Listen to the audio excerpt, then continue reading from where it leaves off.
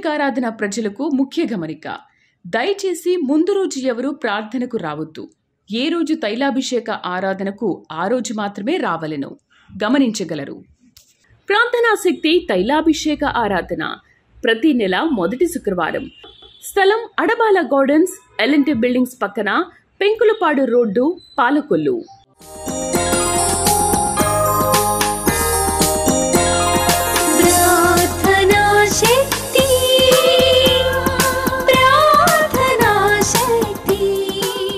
ప్రార్థనా శక్తి తైలాభిషేక ఆదివారపు ఆరాధన సమయం ఉదయం 10 గంటల నుండి 1 గంట వరకు. స్థలం వైస్రాయ్ గార్డెన్స్, జూబ్లీ బస్టాండ్ ఎదురుగా, సికింద్రాబాద్. యేసయ్య నామములో మీకు వందనాలు తెలియపరుస్తూ ఉన్నాను. ప్రియులారా, ఈ దినం కొరకు దేవుడు సిద్ధపరిచిన వాగ్దానాన్ని మనం స్వాధీనపరచుకుందాం. ప్రతిరోజు నువ్వు దేవుడిని అడుగుతున్నావు, ఏంటి ప్రభు నాకు ఇంకా సిగ్నల్ ఇవ్వలేదేంటి, నేనేం చేయాలి అని అడుగుతున్నావు కదా. నీ కోసమే దేవుడు మాట్లాడుతూ ఉన్నారు.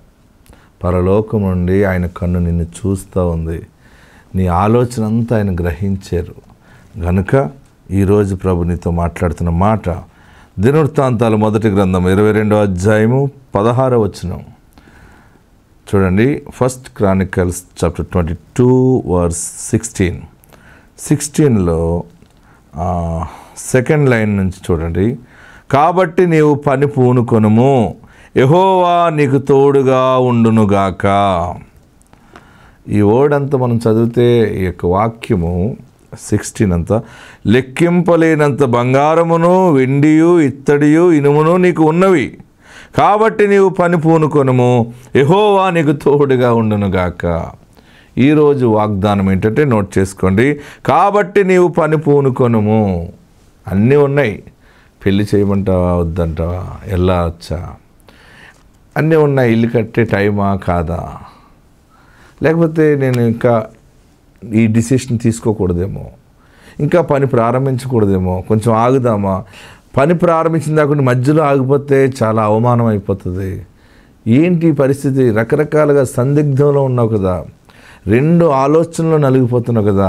దేవుడు నీతో మాట్లాడుతున్నాడు. కాబట్టి నువ్వు పని పూనుకొనుము, పని ప్రారంభించు. ఎంత మంచి మాట చెప్పండి. కాబట్టి నువ్వు పని పూనుకొనుము, యెహోవా నీకు తోడుగా ఉండునుగాక. ఆయన నీకు తోడున్నాడు. నీ పని ఆగుతుందా? ఎవరు ఆపగలరు?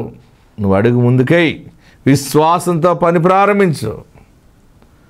మేము 2-3 కలుస్తున్నాం, మేము అందరం కలిసి ఒక వ్యాపారం చేయొచ్చా, లేకపోతే ఈ పనికి వెళ్ళొచ్చా, వాళ్ళతో వెళ్ళొచ్చా, వీళ్ళతో వెళ్ళొచ్చా, లేకపోతే నష్టపోతామా, ఏంటో ఆలోచన కూడా బహుశా చేస్తున్నావేమో. దేవుడు నీతో మాట్లాడుతున్నాడు. ముందుకెళ్ళు, దేవుడు తోడున్నాడు, జయమవుతుంది. బహు జాగ్రత్తగా జ్ఞానముగా అడుగులు ముందుకై ఆత్మ నీకు తోడైండును గాక. God bless you. ఇర్మియా గ్రంథం 30వ అధ్యాయము 18వ వచనం తెరవండి. అందరూ భవిష్యత్తు బ్రతుకులు ఇక్కడ ఉన్నాయి. ఇర్మియా గ్రంథం 30వ అధ్యాయము, బైబిల్ ఉన్నవారందరూ తెరవండి. ఇర్మియా గ్రంథం 30వ అధ్యాయము 18వ వచనం. అందులో 3 బలమైన మాటలు ఉంటాయి. చదవండి. యెహోవా ఈ మాట సెలవిచ్చుచున్నాడు. యాకోబు నివాస స్థలములను కరుణించి, చూడండి, యాకోబు నివాస స్థలములను కరుణించి వాని గుడారములను నేను చెరలో నుండి రప్పింతును. అప్పుడు పట్టణము దాని కొండ మీద కట్టబడును, నగరియు యథాప్రకారము నివాసులు గలదగును. 2024లో ఈ 18వ వచనంలో ఉన్నటువంటి 2వ లైన్ అండర్లైన్ చేసుకోండి. వాని గుడారములను నేను చెరలో నుండి రప్పింతును. హల్లెలూయా, హల్లెలూయా. మన కాకినాడ ఒక సహోదరి తన బిడ్డను తీసుకుని వచ్చింది. ఆ పిల్లవాడికి చిన్న చిన్నగా మచ్చలు వచ్చి అది మొత్తం ముఖమంతా కూడా బొల్లు మచ్చలు వచ్చేసినాయి. తల్లి ఎంతో బాధ ఉంటుంది కదా, పిల్లవాడికి ఇలా బొల్లు మచ్చలు వచ్చినాయంటని. మెడిసిన్ వాడిని తగ్గలేదు. చివరికి ప్రార్థనా శక్తికి వెళ్ళి ఏది అనుకుంటే జరుగుతుందంటే ఆమె దైవిక స్వస్థత కొరకు బిడ్డను తీసుకుని వచ్చింది. అద్భుతం ఏంటంటే ఆ బిడ్డకు ఫోటో తీసి పెట్టుకుంది ముందు, ఆ బొళ్ళు మచ్చలుండగా. చూడండి స్క్రీన్ మీద, అదిగో చూస్తున్నారా, ఆడు కళ్ళు అలాగే పెదవుల దగ్గర ఫేస్ అంతా కూడా బొల్లు మచ్చలు వచ్చినాయి. ఆ పిల్లవాడిని తీసుకొచ్చి ఏంటన్నాను, పిల్లవాడికి మచ్చలు వచ్చినాయి అయ్యగారు, ఇక్కడికి వస్తే తగ్గుతుందని వచ్చాను, ప్రార్థన చేయండి అంటే, ఈ ప్రార్థన తైలంలో జిమ్మే నేను తీసుకెళ్ళి తగ్గుతుందిలే అని. అద్భుతం ఏంటంటే ఆ బొళ్ళు మచ్చలనే దురాత్మ, చీకటాత్మ, ఆ బలహీన శక్తి ఆ బిడ్డను వదిలిపెట్టి బయటికి పారిపోయింది. ఆ తల్లి ఎలా సాక్షి చెప్పిందో చూడండి. నేను చెప్పబోయే సాక్ష్యం ఏంటంటే, మా అబ్బాయికి కాకినాడలో చాలా మందులు ఓడానండి, మరి ఎక్కడ తగ్గలేదు, ఒళ్ళు అంతా బొల్లు వస్తుందండి మా అబ్బాయికి. మరి అయ్యగారు ఒకసారి కాళ్ళ మీద నూనె జిమ్మారండి, ఆ నూనె బావిని కాంచి తగ్గిందండి. ఇప్పుడు ఎలా ఉన్నాడండి మా అబ్బాయి. మరి మా అబ్బాయి బొల్లు అంతా మరి అయ్యగారి వల్ల తగ్గిందండి. ఎన్ని హాస్పిటల్ తిప్పినా ఆ నూనె తెచ్చి అప్పుడు ఒళ్ళు అంతా పాంతే అక్కడితో తగ్గిందండి. ఎన్నాళ్ళో తగ్గింది, కానీ ఒక 6 రోజుల్లో తగ్గిందండి ఈ అబ్బాయికి. దేవుడికి మాది అమ్మింగ్ అండి, రాసిపూలు అమ్మింగ్ అండి, మేము కాకినాడలో ఉంటున్నామండి. గట్టిగా హల్లెలూయా చెప్పండి. మీకు ఏ అపాయము దేవుడు రానివ్వడు. నీలో ఏ రోగం వచ్చినా నీకేం కాదంతే. నీ చుట్టూ ప్రార్థనా శక్తి ఉన్నది, నీలో దేవుని జీవం ఉన్నది, నీ పైన పరిశుద్ధాత్మ కుమ్మరింపు ఉన్నది. మార్గములో నిన్ను కాపాడటానికి, రాయి కూడా తగలకుండా నిన్ను కాపాడటానికి, ఎత్తి పట్టుకోవటానికి తన దూతలకు దేవుడు ఆజ్ఞాపించాడు. ఆమెన్. అంటే హైదరాబాద్ వెళ్తాం, ఇంకా డబ్బు ఎక్కువ బొంబాయి వెళ్తాం, ఎక్కడికి వెళ్ళినా వారు నీ మొక్క తీసి చెబుతారు నీకు ఈ రోగం వచ్చిందని. రోగం ఇది ఉంది అది ఉందని వైద్యులు చెబుతారు తప్ప నిన్ను బాగు చేయటం అనేది చాలా కష్టం. వైద్యులు వైద్యం అంతా చేసి ఏమో భగవంతుడి దయ నీ అదృష్టం మీద ఆధారపడి ఉంటుంది, నేను చేయవలసింది చేసానమ్మా అంటాడు. కానీ యేసయ్య ఏమంటాడంటే, నిన్ను స్వస్థపరిచే యెహోవాను నేనే. అంటే నువ్వు ఆల్రెడీ సిక్ అవుతావని ముందే చెప్పాడు ఆయన. ఆమెన్. నిన్ను స్వస్థపరిచే యెహోవాను నేనే అన్నాడంటే నువ్వు రోగం వస్తుంది, బాధ వస్తుంది, నువ్వు నా వైపు చూస్తావు, అప్పుడు పరమ వైద్యుడిగా నేనున్నానని నీకు నెమ్మది కలిగేలాగా ఆయన ముందే జవాబు పెట్టాడు నీకు. హల్లెలూయా, హల్లెలూయా. తైలము నాలు మనందరి జీవితాల్లో. మీ అందరూ కూడా ప్రార్థన తైలాన్ని ఇంట్లో పెట్టుకోండి. నూనె ఆశీర్వాదం, అది ఏమిటది? ఆశీర్వాదం అది. ఎందుకంటే మన విశ్వాసము బలపరచబడేటట్లుగా దేవుడు మన ముందు దాన్ని పెట్టాడు. ఏదైనా సరే 2024 చెర నుండి విడుదల పరచబడతాం. హల్లెలూయా. ఎక్కడ ప్రకటిస్తున్నామో అక్కడ ప్రతిష్ఠ అవుతుంది, అక్కడ పనులు ప్రారంభమవుతున్నాయి. ఈరోజు గుంటూరులో ప్రతిష్ఠ చేస్తా ఉన్నాను. మిమ్మల్ని దేవుడు చెర నుండి బయటకు తీసుకొస్తాడు. ఇల్లు లేని దరిద్రంలో నుండి బయటకు తీసుకొస్తాడు. వాకలు లేని దరిద్రంలో నుండి బయటకు దేవుడు తీసుకొస్తాడు. అనారోగ్యంలో నుండి బయటకు దేవుడు తీసుకొస్తాడు. ఆర్థిక ఇబ్బందుల నుండి దేవుడు నిన్ను తీసుకొస్తాడు. మీరు ధనవంతులు అవుతారంతే. ఎవడైనా క్రీస్తు నందున్న ఎడల వాడు నూతన సృష్టి. క్రీస్తు నందుంటే సరిపోతుంది. హల్లెలూయా. ఈ 4 నెలలు దేవుడు మనల్ని చెర నుండి విడుదల పరుచుచున్నాడు. హల్లెలూయా, హల్లెలూయా. తర్వాత వచ్చే నెల ఏంటి? మే, జూన్, జూలై, ఆగస్ట్. చెప్పండి గట్టిగా. ఆ 4 నెలలు ఏం జరుగుతుందంటే, ఆ పట్టణము దాని కొండ మీద కట్టబడును. నోట్ చేసుకోండి, ఏమన్నాడు అక్కడ? ఆ పట్టణము దాని కొండ మీద కట్టబడును. మే, జూన్, జూలై, ఆగస్ట్ ఈ 4 నెలలు నువ్వు ప్రభునందు బలముగా విశ్వాసముతో ఉంటే ఆయన చేసే కార్యము పాడైన నీ కుటుంబాన్ని, పాడైన నీ బ్రతుకుని, చితికిపోయిన నీ జీవితాన్ని మరలా నీ స్థానములోనే, నీ కొండ అంటే నీ స్థానం అది. హల్లెలూయా, హల్లెలూయా. ఆనాడు ఇశ్రాయేలీయులకి ఇది ఇచ్చి దేవుడు నెరవేర్చాడు. 2024 మనకిచ్చి నెరవేర్చబోతా ఉన్నాడు. ఆ చెదిరిపోయిన ఇశ్రాయేలీయుల్ని మరలా తీసుకొచ్చి ఆ 7 కొండల మీద పెట్టాడు. ఆ కొండ పైన వారికి ఇంకా వారి ప్రాంతము, వారి దేశము లేదనుకున్నప్పుడు మళ్ళీ తీసుకొచ్చి వారిని అక్కడ పెట్టి ఈరోజు ప్రపంచానికే ఎత్తైన సాక్షిగా నిలబెట్టాడు ఇశ్రాయేలీయుల్ని దేవుడు. హల్లెలూయా, హల్లెలూయా. ఏ ఊర్లో సిగ్గుపరచబడ్డావో, ఏ కుటుంబంలో అవమానపరచబడ్డావో, ఏ రక్త సంబంధుల ముందు హీనముగా నువ్వు మాటలు పడ్డావో, తలదించుకున్నావో, అక్కడే నిన్ను నీ బిడ్డని దేవుడు గొప్ప స్థానములో ఎత్తైన కొండ మీద పట్టణముగా కడుతున్నాడు. కూలిపోతున్న నీ కుటుంబం, ఎడముఖం పెడముఖం వేసుకుని ఉన్నటువంటి మీ భార్య భర్తల మధ్య దేవుడు నూతనమైనటువంటి గృహాన్ని కడుతూ ఉన్నాడు. నూతనమైన సహవాస బంధాన్ని కడుతూ ఉన్నాడు. నీ కుటుంబంలో గొప్ప ఆరోగ్యాన్ని దేవుడు ఇవ్వబోతూ ఉన్నాడు. మరలా నీ కుటుంబము చెదిరిపోకుండా దేవుడు ఆత్మచేత నీ బిడ్డలు నీకు దగ్గర చేస్తూ ఉన్నాడు. అందరూ కలిసి దీవెనకరముగా ఉండబోతున్నారు. కొండ ఎత్తైన స్థానాన్ని సూచిస్తూ ఉంది. దేవుడు నిన్ను అంచెలంచెలుగా పైకి హెచ్చిస్తాడు. పట్టణము అంటే అది వ్యాపారానికి సూచన. పట్టణం అంటే బిజినెస్. ఎక్కడ ధనం ఉంటుందో అక్కడ, ఎక్కడ వ్యాపారం ఉంటుందో అక్కడ ధనం ఉంటుంది. ఎక్కడ ధనం బాగా నడుస్తూ ఉందో అక్కడ అన్ని రకాల అంగులు వస్తాయి, అనేక రకాల అభివృద్ధి పనులు జరుగుతాయి. మంచి వాహనాలు పట్టణంలో తిరుగుతాయి. మంచి వస్త్రాలు కట్టుకున్న మనుషులు పట్టణంలో ఉంటారు. మంచి మంచి గృహాలు కట్టుకున్న వారు పట్టణంలో ఉంటారు. పట్టణము గొప్ప అభివృద్ధికి సూచనగా ఉంది. ఏ పని లేదు, ఏ ఉద్యోగం లేదు, నా బ్రతికిలాగా అయిపోయింది, నాకు ఏ యొక్క క్వాలిఫికేషన్ నాకు లేదు, అందరిలాగా నాకు జ్ఞానం లేదు, అందరిలాగా నేను మాట్లాడలేను. వారు చక్కగా మాట్లాడి పైకి వచ్చారు. వారికి అందం ఉంది, వీరికి మాట్లాడే తలాంత ఉంది, వారికి చదువు ఉంది, వీరికి జ్ఞానం ఉంది, వీరికి వివేచన ఉంది. నాకు ఏది లేదు, నా బ్రతికే దరిద్రగొట్టు జీవితం అని అనుకుంటున్నావేమో. నిన్నే ఆయన కొండ మీద పైన కడతా ఉన్నాడు. నమ్మిన వారందరూ కూడా చేతులు పైకెత్తి గట్టిగా చప్పట్లు కొట్టి తిరిగి మరలా నీ వ్యాపారము తిరిగి దేవుడు వెలుగులోకి తీసుకురాబోతున్నాడు. మరలా పోయిందని వదిలేసుకున్న దానిని దేవుడు నీకు ప్రమోషన్ ద్వారా నిలబెట్టబోతా ఉన్నాడు. ఏది ఎక్కడ అన్యాయం జరిగిందని ఏడ్చావో అక్కడనే దేవుడు మరలా నిన్ను నిలబెడతా ఉన్నాడు.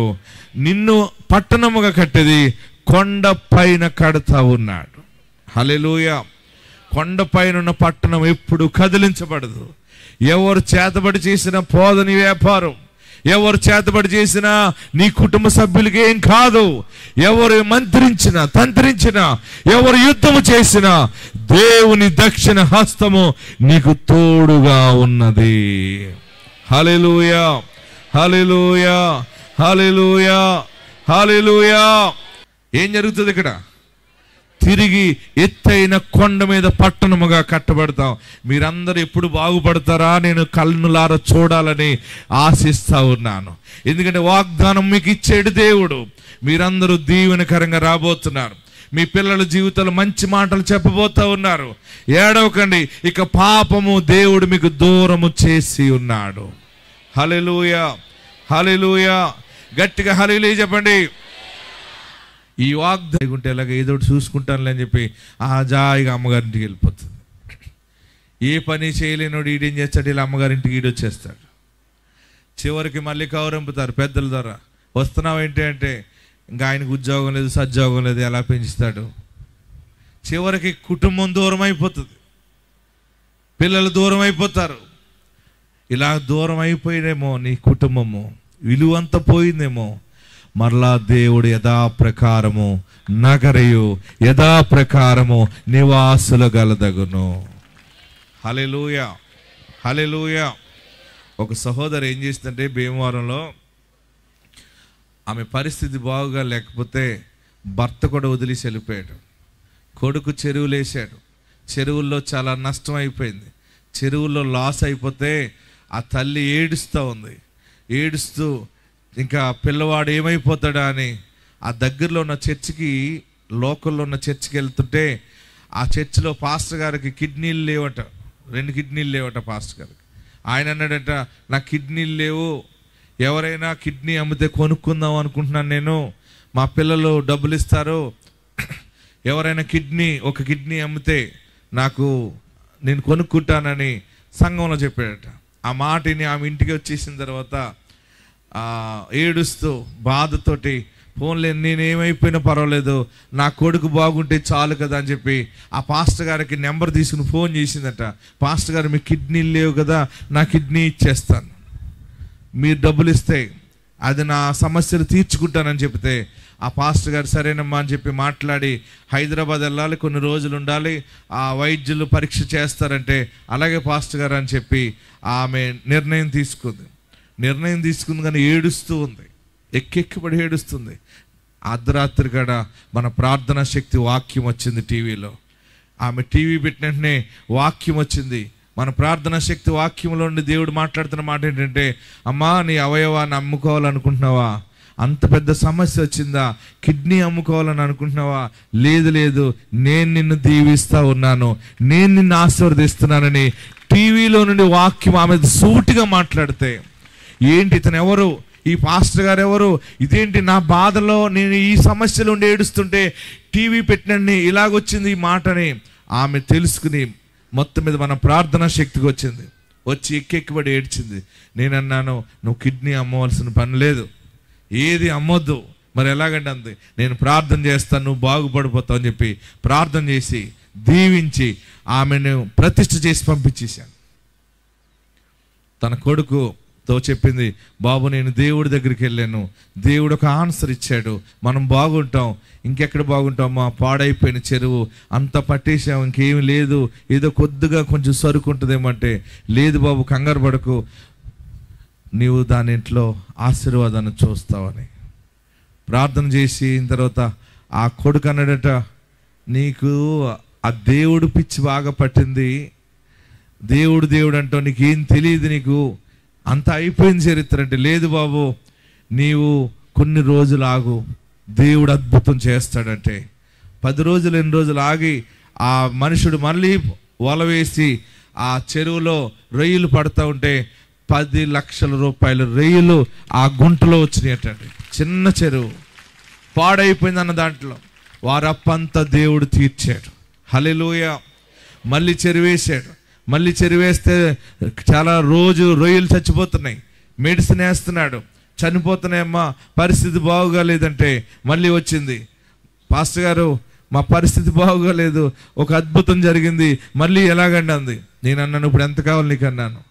నవ్వుతా ఉంది. సరే ముందు 10 లక్షలు వచ్చినాయి కదా, ఇంకో 10 లక్షలు వస్తేలే, నేను దీవించను పో అని ప్రార్థన చేసి పంపితే కొడుక్కి చెప్పిందట, బాబు దేవుడు చెప్పాడు ఇంకో 10 లక్షల రూపాయలు వస్తాయి, చెరువు పట్టొద్దు బాబు, కొంచెం అలాగ ఆగు, ఒక 10 రోజులు ఆగందట.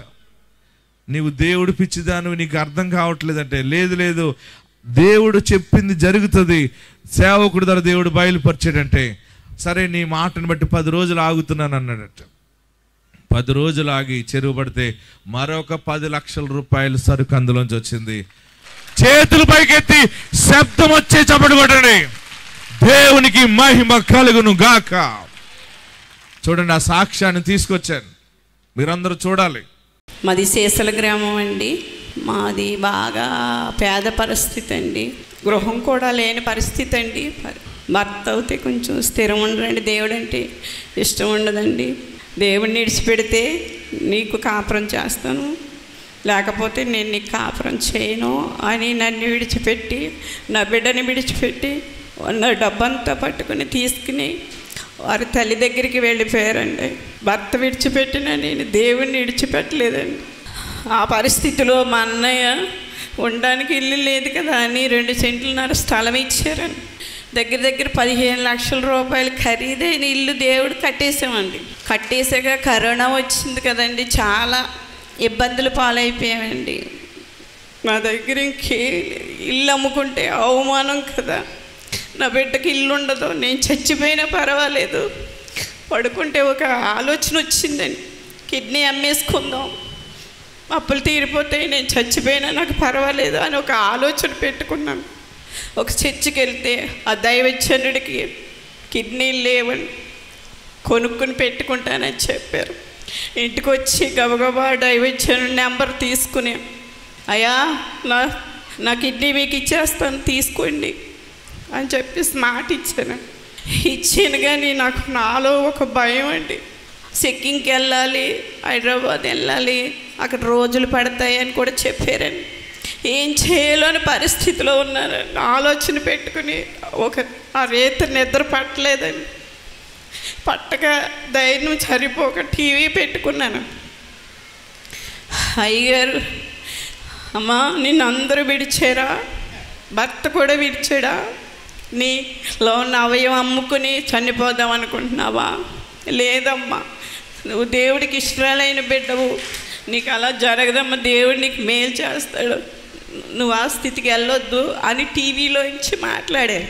ఇదేంటి నాలో ఉన్న మాటలు ఆయన చెబుతున్నాడు ఏంటి, ఈయనెవరు అని గబగబా ఫోన్ నెంబర్ తీసుకున్నా, విని పడుకున్నానండి. తెల్లారకుండా ఆ ఫోన్ నెంబర్కి ఫోన్ చేశానండి.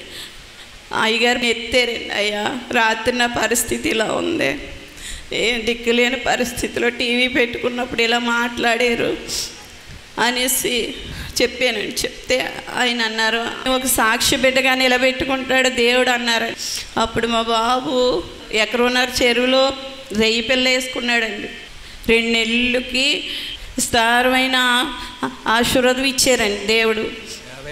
టిప్ని అమ్ముకోకుండా ఆ అప్పులన్నీ తీర్చడానికి దేవుడు చెరువులోంచి 3 నెలలకు వస్తుందండి. కానీ నేను ఎక్కడ కిడ్నీ అమ్మేసుకుంటానని 2 నెలలకే దేవుడు మాకు ఇచ్చాడండి. హల్లెలూయా. అది అయిపోయిన తర్వాత మా అబ్బాయి అన్నాడు, ఈ అప్పులు తీర్చడానికి కుదరదు, ఊరికనే ఇచ్చిన స్థలం మనకు వద్దు, ఈ డబ్బంతా పట్టుకెళ్ళి మావయ్యకి ఇచ్చే అన్నాడండి. ఇచ్చేసాక మళ్ళీ చెరువు వేసుకున్నామండి. వేసుకుంటే నెల్లాళ్ళకే భయంకరమైన తెగులు వచ్చిందండి చెరువుకి. మందేసినా తగ్గదు, ఇది పట్టేయాలి, మీకు 4 లక్షల నష్టం వస్తుంది అని చెప్పారండి. డాక్టర్లు కూడా పట్టారని. నేను అయ్యగారి దగ్గరికి వచ్చానండి. వచ్చి, అయ్యా చెరువులో ఇంత చిన్న తేడా ఉందంటున్నారు అని అంటే, అమ్మా ఈ అరిసే అంత మబ్బు ఏలియా ప్రార్థన చేయగా వర్షం కురిసినట్లుగా దేవుడు మిమ్మల్ని ఆశీర్వదిస్తాడమ్మా అని ఈ వాక్యం పట్టుకుని వెళ్ళిపోమ్మా, నీకు 10 లక్షలు దేవుడు ఇస్తాడంటే వెళ్ళిపో అన్నారు. అంటే ఇదేంటి చిన్న చెరువు 10 లక్షలు ఎలా ఇస్తాడు దేవుడు మనసులో అనుకున్నాను. కానీ మాట కొట్టేయకూడదు, నాతో మాట్లాడిన దేవుడే కదా ఈయన అనేసి వెళ్ళిపోయేటికి మన్నాడే మా అబ్బాయి వలలో అన్నీ కూడా సిద్ధపాటు చేసుకున్నాడండి. రోజుకి 10,000 పెట్టుబడి అవుద్ది కానీ అది ఎదగదు అని ఒక నిర్ణయానికి వచ్చి పెట్టేసుకున్నారండి. మా అబ్బాయిని కాళ్ళు పట్టుకున్నాను, అయ్యా ఇదిగోగా నేను దేవుడి దగ్గరికి వెళ్ళాను, ఆ దేవుడు మాట్లాడాడు అని అంటే, నువ్వు దేవుడు పిచ్చదానువు, ఆ సావుకులకి ఏం తెలుస్తుంది చెరువుల గురించి, నువ్వు పిచ్చదానువు, నాశనం అయిపోతాము, ఇప్పటికే తెవులుకుంటున్నాము, ఇంకా మళ్ళీ అప్పుల పాలు అయిపోతావు, నీకు తెలియదు అనేసి నా పిల్లవాడు గసిరాడు. నేను ఊరుకోలేదండి. ఒక 10 రోజులు ఉంచు, ఆ 10 రోజులకి ఎదగకపోతే నువ్వు పట్టేసుకో అన్నాను. అది 10 రోజులు ఉంచుతాను, అది ఎదగకపోతే మట్టుకి నీవు నీ బైబులు నీ దేవుడు బయటికి వెళ్ళిపోవాలన్నాడండి మా అబ్బాయి. సరే నేను దేవుడు వెళ్ళిపోతాను, నాకు ఎప్పుడు దేవుడు పని చేసుకోవాలని ఆశ, వెళ్ళిపోతాను అవుతాయి అన్నాను. అమ్మ ఉంచుతాను 10 రోజులు, ఎదిగితే ఉంచుతాను లేదా పట్టేస్తాను అన్నాడు. సర్లే బాబు అన్నాను, దండం పెట్టుకుని మరి 10 రోజులకి ఎదిగిందండి. అలాగే మళ్ళీ 20 రోజులు ఉంచాడండి. మేము వేసింది 2 లక్షలు అవుతే ఇంకా 2 లక్షలు అందులో దేవుడు ఎక్కువ సరుకు వచ్చిందంటండి. వచ్చి అయ్యగారు ఇచ్చిన వాగ్దానము మాకు దేవుడు నెరవేర్చారు. దేవుడు చాలా సంతోషం ఇచ్చాడు. ప్రార్థనా శక్తి వచ్చాక పిల్లవాడు బాగున్నాడు, నేను బాగున్నాను, మంచి ఇల్లు ఉంది మాకు. కానీ మా యజమానుడు ఎప్పుడో వదిలేసి వెళ్ళిపోయాడండి నన్ను. అంతే, నీకు నీ భర్త కావాలా అన్నాను. కావాలండి అంది. సరే నేను ప్రార్థన చేస్తాను. మనం ప్రార్థన చేసామనుకుంటే ఏమవుతుందంటే దేవుడు జుట్టు పట్టుకు లాక్కొచ్చేస్తాడు. అంతే, మన అందుకే ప్రార్థన వేరు, ప్రార్థన శక్తి వేరు. ఆమెన్, హల్లెలూయా. ప్రార్థన చేశాడు, నీ భర్త నీ దగ్గరికి వస్తాడు వెళ్ళిపో అంటే, ఈ ప్రార్థనా శక్తి తన భర్త దగ్గరికి వెళ్ళి ఆ భర్తని తన దగ్గరికి తీసుకొచ్చింది. మళ్ళీ ఇప్పుడు కుటుంబం అంతా ఆశీర్వాదకరంగా కట్టబడి ఉన్నారు. భర్త ఉన్నాడు, కొడుకున్నాడు, ఇల్లు ఉన్నది, ఆమె కిడ్నీ ఆమెలోనే ఉన్నది. యేసుకి చోటిస్తే అన్నీ మన దగ్గరే ఉంటాయి. మంచి రోజులు వచ్చినాయి. మీరు మారితే 2024 మారిపోతుంది. మీరందరూ కార్లు వేసుకొస్తారు, మీరందరూ ఆశీర్వాదంగా వస్తారు, మంచి అల్లుళ్ళు మీకు వస్తారు, మంచి కోడళ్ళు వస్తారు, మీ కుటుంబంలో శుభవార్తలు వింటారు, మీ గృహంలో శుభకార్యాలు ప్రారంభిస్తారు. అందరూ లేచి నిలబడతాం. ఏదో ఒక పాపము మన మీద ఏలుబడి చేస్తుందేమో. ఈరోజు నీ శిరస్సు మీద యాజకుడు హస్తనిక్షేపణ చేస్తుండగా అతడు పాపమును చేసిన వాడైతే పాప క్షమాపణ నందును. ఇప్పుడు నువ్వు నోటితో ఒప్పుకుని తైలాభిషేకం ద్వారా ముద్రించబడి పరిశుద్ధతను ప్రారంభిస్తారని తీర్మానం చేసుకోండి. చెరలో నుండి దేవుడు నిన్ను రప్పించుచున్నాడు. ఇంకొక అవకాశం దేవుడు ఇస్తున్నాడు. నువ్వు ఇంటికి వెళ్తూ కూడా ఆలోచన చేయి, ఇంటి దగ్గరుండి కూడా ఆలోచన చేయి. నేను యథార్థంగా ఉండటానికి, మంచి బ్రతకటానికి నేను తీర్మానం చేసుకుంటాను. నా చేతుల కష్టాన్ని నువ్వు దీవించు బాబని అందరూ ప్రార్థన చేయండి. ప్రభువా మీకు వందనాలు. ప్రయోజకులుగా చేయండి. ఒంటరి అయిపోయిన జీవితాలు ఎన్నో ఉన్నాయి, భర్తను కోల్పోయిన బ్రతుకులు ఎన్నో ఉన్నాయి ప్రభువా. ఒంటరి అయిపోయి జీవితంలో అనాథగా ఉన్నాను, నేను బ్రతకలేను, నా వల్ల కాదని మనసు చెదిరిపోయిన ఆత్మలు ఎన్నో ఉన్నాయి ప్రభువా. వారిని ఓదార్చండి, తిరిగి మరలా వారిని చిగురింప చేయండి, తిరిగి మరలా వారిని కుటుంబాలుగా కట్టండి ప్రభువా. తిరిగి కొండ మీద కడతానన్నావు కదా ప్రభువా. మంచి కుటుంబాలుగా నేను మంచి జీవిత భాగస్వాములను దయచేయండి. అనాథలైపోయిన బిడ్డలకి ఆదరణ దయచేయండి ప్రభువా. నీకు వందనాలు. పాడి పంటల్లో నష్టపోయిన వారికి ఈ సంవత్సరము దీవెన దయచేయండి, ఆశీర్వదించండి. అందరి మీద నీ దీవెన దయచేయండి. చెర నుండి విడుదల పొందిన గొప్ప గొప్ప సాక్ష్యాలు మేము వినటానికి కృప దయచేయండి. యేసు నామములో అడుగుచున్నాము తండ్రి, ఆమేన్.